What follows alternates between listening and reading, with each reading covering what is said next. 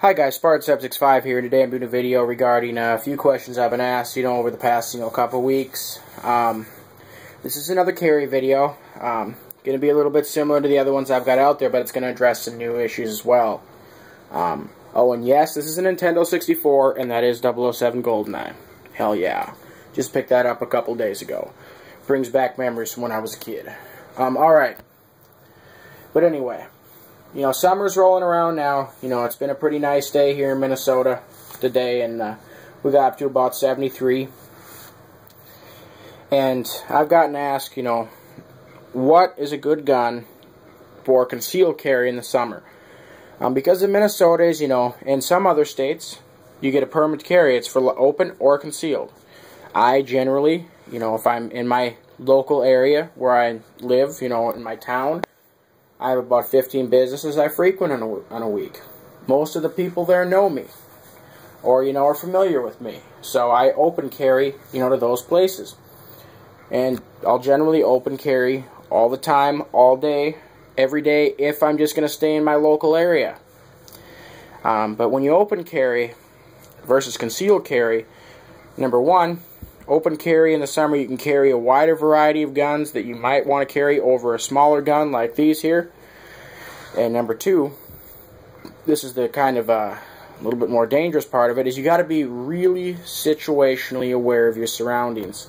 And who's behind you, are they acting suspicious, and if it is anybody eyeballing you weird. You got to be really situationally aware so you could safely open carry.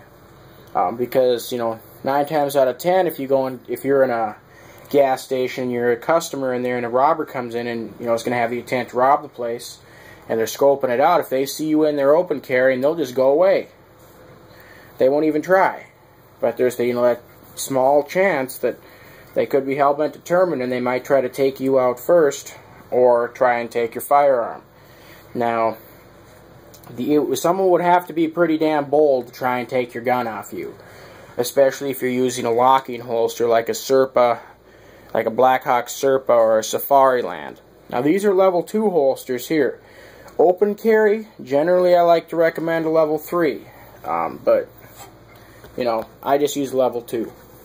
I wouldn't recommend like just a regular plain old Kydex holster or anything for open carry, because there's not much retention other than friction retention.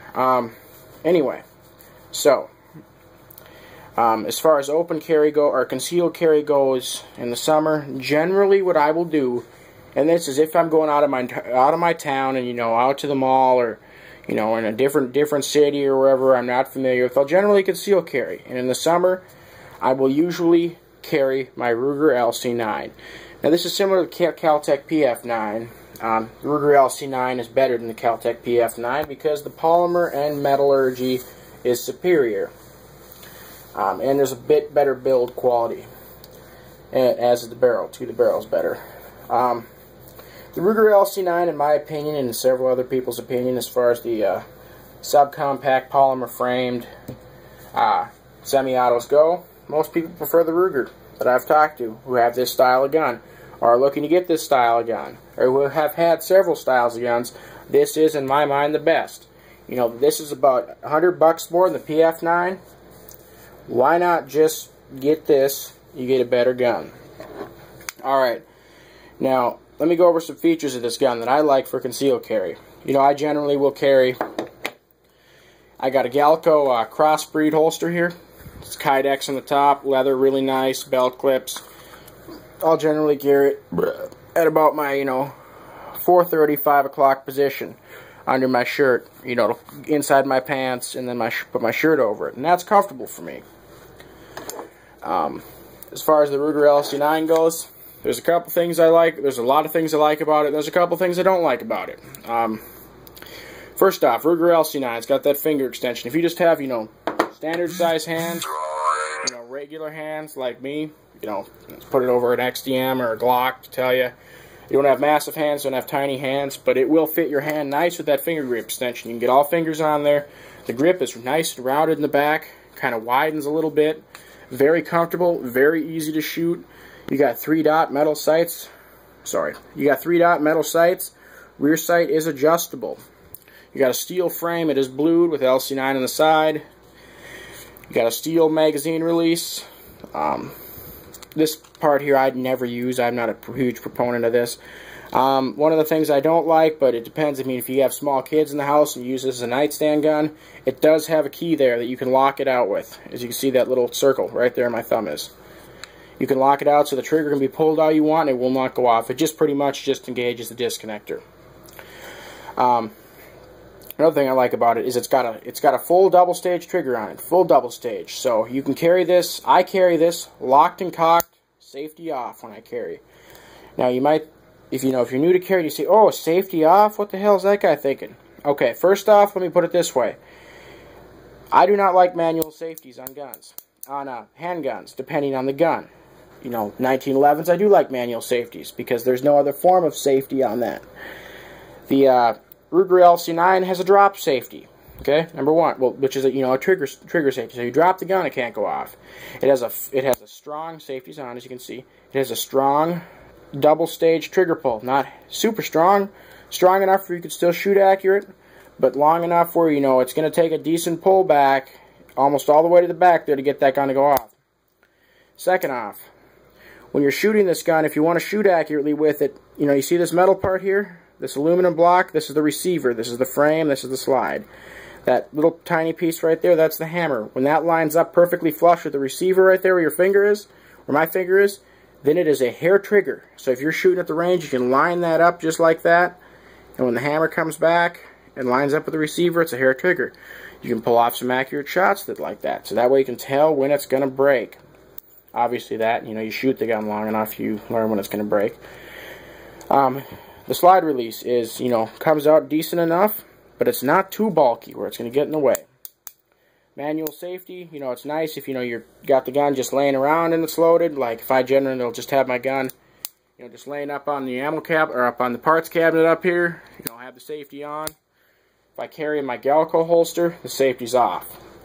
Like I said, if you're carrying this, it's perfectly fine to carry with the safety off if you feel comfortable. Same with the Glocks. They don't have manual safety. The Glock and the XDMs and the Smith & Wesson M&Ps. Unless you get one that has a safety on it, they do make some XDs and some M&Ps with manual safeties. I don't like those. They're more or less, I think they're compliant for California or something like that. But anyway, these I carry locked and cocked and I open carry. The Glock has a safe action system with a trigger safety, or a firing pin safety and a trigger safety. The gun cannot go off unless this trigger safety is pushed in and the trigger is pulled all the way over your word. If you have good trigger protection, like a good holster, like a Blackhawk or Safariland, perfectly fine. I carry locked and cocked all the time. Same with this XDM. You got the same features pretty much as you do on the Glock. The internal components are different as far as the shape, but as far as the actual function is, they're pretty much the same. You have a trigger safety in this, trigger safety in that, the sear in this, the sear in that, but the sear in this is separate. The sear, the trigger safety disconnect, and the connecting bar, it's all one piece in this. Here you have a separate trigger. You have a separate trigger bar, firing pin safety, and a connecting bar. But anyway, as far as the safety goes, same as the Glock. You got a trigger safety, firing pin safety, and you also got a grip safety. Now, I like the grip safety. It gives it a little bit of extra, confidence when you're carrying. If you're not so apt about carrying locked and cocked, but it will not go off unless that is depressed. You got a good grip in the gun. Also, features that the XDM has that the Glock does not. Oh, I forgot to point out, chamber load indicator on the Glock is just the end of the extractor. When it's loaded, the extractor pops out so you can see it's pushed out. But the XDM's is a little bit more prominent. Chamber load indicator there, you can see it's up. This gun is loaded. I was carrying this earlier today. And it also has a striker indicator on the back. That's out when it's cocked. But yeah, this gun is loaded. That's why I'm not putting my finger on the trigger, because I did carry that guy earlier today. Same with the LC9. This one is loaded. Now I'm going to continue going over things I do not like about this gun, things I do like. I got sidetracked again. The chamber load indicator on this. It's a nice feature to have, but it is just too damn big. I mean, they could have, you know, maybe lightened that down a little bit. I know on a subcompact it is really difficult to make a short, small trigger safety. Or not trigger safety, but chamber load indicator. I just think this is just too big. I don't know.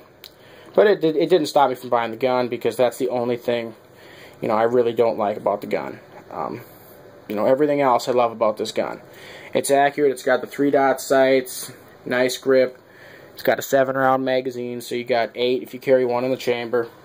You know, so 15 in total if you carry 2 mags. And I always carry 2 mags. As far as like carrying magazines, I get asked when you're open carrying or concealed carrying. You know, people are like, how do I carry a spare mag? Well, they make inside the waistband holsters for magazines, just like they do for these for the LC9. Now, Galco makes inside the waistband holsters for several guns, including the full-size Glock. You know, but I'll just take a spare, you know, magazine. This is a little single-stack LC9 magazine, 7-shot. Take it, and I'll just put it in my left back pocket, upside down like this. So if I need it, something bad happens, I can pull the magazine out and reload. Now, if you're carrying a full-size double-stack for concealed carry, there are some options. Like I said here, this inside the waistband crossbreed, but they're not very comfortable. Carrying a full-size double-stack handgun is not comfortable, in my mind, for inside the waistband. The only time I really, you know, in the winter, all I do is carry these, because they're concealed with my jacket over me. But they do make options, you know, cheaper options, if you don't want to spend 50, 60 bucks, like this Uncle Mike's inside the waistband holster. You know, that's the reason I don't have an inside for the Glock or the XDM. I don't really like carrying inside waistband with these guns, you know, unless, you know, either my LC9 is down or I really just don't want to carry it. You know, these is just a generic, what is this, a size 5, so full-size handgun, you know, fits my XDM and my Glock. It's kind of nice here because this flap here protects your skin from the sight in the rear, and this just goes inside your waistband, you know, like any other holster. This just clips right over your belt. Other carry options people ask me about, you know, these little tiny pocket pistols. You know, this is a CZ Duo. It's the same thing pretty much as a Baby Browning or a 1908 Colt Pocket. 25 ACP, you got 6 shots. I would not carry this locked and cocked because it does not have, you know, the trigger is just a single stage. It's like a single stage, very light, very easy pull. Safety, this is the takedown lever. It also acts as a safety. Also, here we got the little Derringer. Now, this here is not a gun I would ever really carry. This is more of a novelty gun. This is a gut gun. You know, you pull the hammer back and fire if someone's just attacking you very quickly. You know, or very closely, I should say. It's just more of a novelty at the range, and so is that guy right there. And that's a collector's item, because that's a World War II gun right there. Other things I do not like. Well, there's one more thing I do not like about this LC9, but it's easily changed. And that is, when you buy this gun, it comes with one of those stupid magazine safeties. So you can't pull the trigger if the magazine is out. Okay? Those magazine safeties make almost no sense. What they're technically for is if someone, you know, goes, you know, they're locked and cocked, and they, you know, get home from the day, pop their mag out, they think their gun's unloaded, and they pull the trigger. Hey, it's got a chamber load indicator. It's pretty much makes the gun retard proof. Now, if you have to make a gun retard proof, maybe certain people shouldn't buy that. You know, maybe you shouldn't carry locked and cocked. Magazine safety, very easily removable. You know, I took that out right away. With the magazine safety out, it's nice. I like it. So, great buy. Another gun is revolvers. I do not recommend carry revolvers. You know, there are hardcore people that will carry revolvers who are just hardcore revolver fans. Don't like semi-autos very much. You got 6 shots, 5 shots, or 7 shots, depending on what type of revolver you have. This is just a mid-frame Taurus 84. I got speed clips for this too, that you can reload it with, but still you're limited there to 6 shots, and it takes a little bit longer to reload than a standard semi-auto. and you're limited on your capacity as well. I mean, you got this here, 38 special. You can carry 6 shots in the cylinder, or you can get a Glock 17, which carries 17 rounds plus 1, so 18 rounds. I like the semi-autos better for carry, but I'm a revolver fan, just not for carry. Also, as far as magazines go, like I was saying, they do make inside the waistband holsters for magazines. For open carry, I just got one of these. I love this holster. It's the Black Hawk mag holster, double stack. They make them for single stacks as well. I mean, they fit my XDM mags. These are my 45 mag, XDM 45s, and they fit my Glock 17 mag. Just adjust this screw here for your retention. Also, guns I recommend do not recommend carrying locked and cocked. Unless you have a holster that will keep the safety on, and that is a 1911. They do make holsters that will hold your safety on when the gun is in the holster, so the safety cannot be flicked off. The 1911 is a light single stage trigger pull, depending on what type of what manufacturer you have, or if you did a trigger job on it or not. But I would not recommend carrying your 1911s locked and cocked. People do. That's their opinion, or that's their choice, but, I just don't feel it's a very safe, viable option, because your safety can get knocked off, bad things can happen. There have been not several, but there have been a few documented incidents of 1911s discharging or accidentally discharging because the safety got knocked off. The operator thought it was on, they accidentally pulled the trigger or went to holster the gun, and their finger was half in the trigger and it went off. That can happen with a Glock too. That's why when you holster a gun, always have your finger right up here. Don't have your finger like this. Because then your finger will get caught, pull back, make the gun go off. Have your finger up here. Okay, when you holster your weapon. On the LC9, like I said earlier, when I holster this gun, because I'm holding it at the 5 o'clock position, sometimes I can't exactly see the holster very well, I will put the safety on when I holster it, so my shirt couldn't get caught in there and discharge the firearm or anything like that. And then when I get the gun in the holster, I'll click the safety back off. So I'm safe to carry that way. But yeah, if you guys got any comments or questions on this video or anything else, feel free to send me a message and I'll do my best to help you out. Spartan765 out.